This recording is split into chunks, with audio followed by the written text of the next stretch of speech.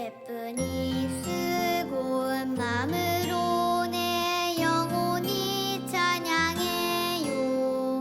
하나님 나의 하나님 나를 불러주신 하나님 두 손 들고 기쁜 얼굴로 내 영혼이 찬양해요. 하나님 나의 하나님 나의 사랑하는 하나님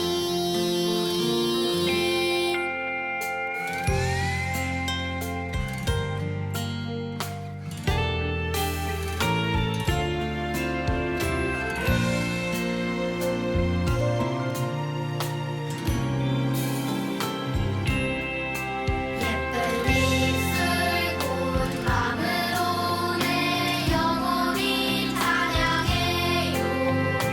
하나님 나의 하나님 나를 불러주신 하나님 두 손 들고 기쁜 얼굴로 내 영혼이 찬양해요. 하나님 나의 하나님 나의 사랑하는 하나님 하나님 나의 하나님 나의 사랑하는 하나님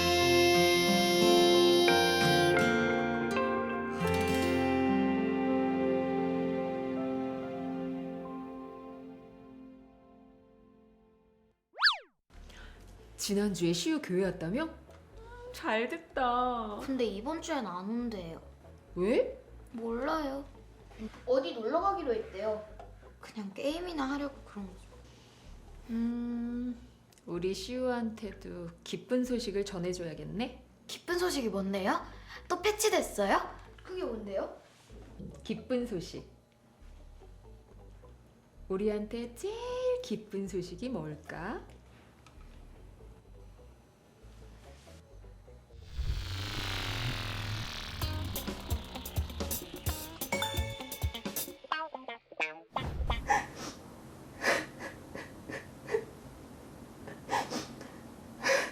저기 봐. 누가 울고 있어. 왠지 낯설지가 않은데. 저기요. 엄마? 엄마 아니겠지. 게임 속이잖아. 근데 왜 울고 있어요? 난 마리아야. 예수님이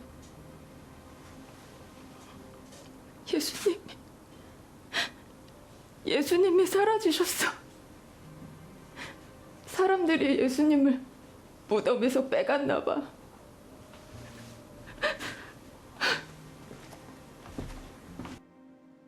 저기 예수님 무덤인가 봐. 예수님이 돌아가셨다니 슬프다. 에이, 이제 곧 부활하실 건데 뭐. 그래도 우린 알고 있지만 마리아는 모르니까 얼마나 더 슬프겠어. 여자여, 왜 울고 있어? 사람들이 주님을 어디론가 데려갔는데 어디로 데려갔는지 알지를 못하겠습니다. 여자여, 왜 울고 있느냐? 누굴 찾는 것이냐? 선생님, 당신이 그분을 어디론가 데려가셨다면 어디로 데려갔는지 말씀해 주세요. 그럼 제가 모셔갈게요. 마리아야,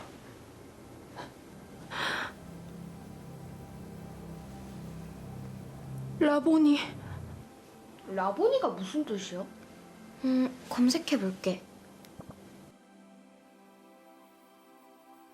아, 라보니 선생님이란 뜻이래.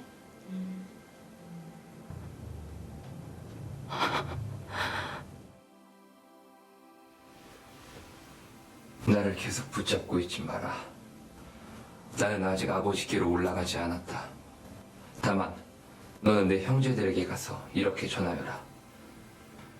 나는 내 아버지, 곧 너희 아버지. 나는 내 하나님, 곧 너희 하나님께로 돌아갈 것이다.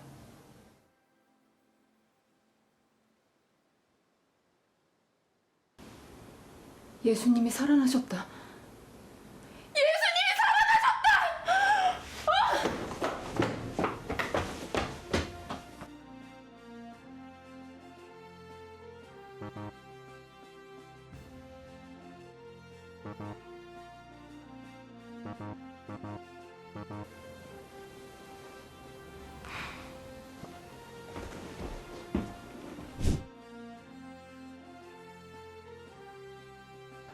예수님이 돌아가신 것도 억울한데 시체마저 사라지다니.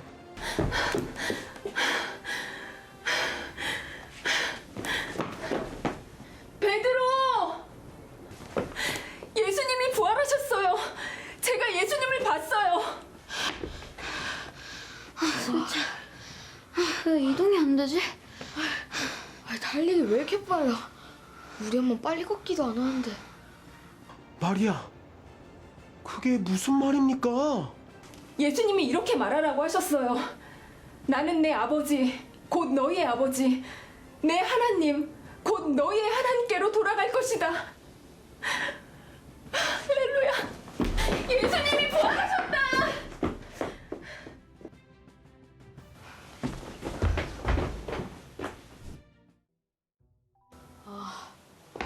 하루 종일 뛰었네. 이거 갑자기 왜 안 된 거야?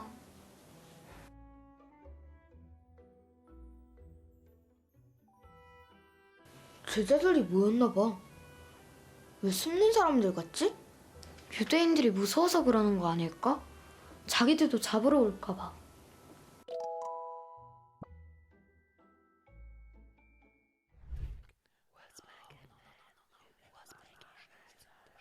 마리아가 예수님이 살아나셨다고 하던데? 나도 들었어. 근데 믿을 수 있는 이야기야?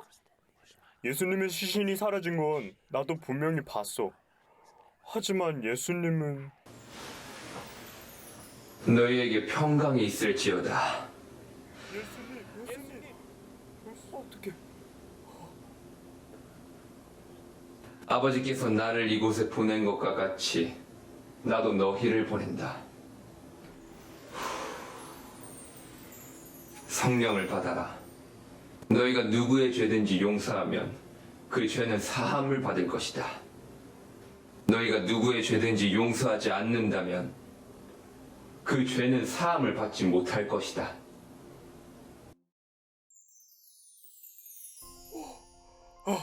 우리에게 성령님을 보내주셨어. 아버지께서 살아나셨어. 이거였구나. 예수님이 다시 살아나셨어. 엄마가 말한 기쁜 소식. 예수님이 우리 죄 때문에 십자가에 돌아가셨다가 다시 살아나신 거. 아, 알겠다. 예수님이 십자가에서 부활하셔서 우리가 구원을 받을 수 있는 거니까.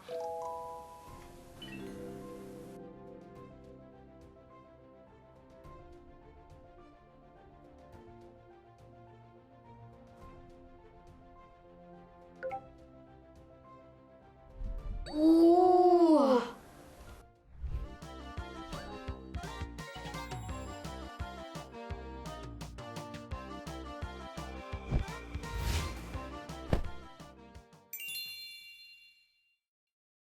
안녕하세요. 큰나무 아동부 친구 여러분. 오늘 영상 잘 보았나요? 오늘 온유와 사랑이는 예루살렘으로 갔어요. 그리고 큰 돌로 입구를 막은 형태의 돌무덤 앞에 도착했지요.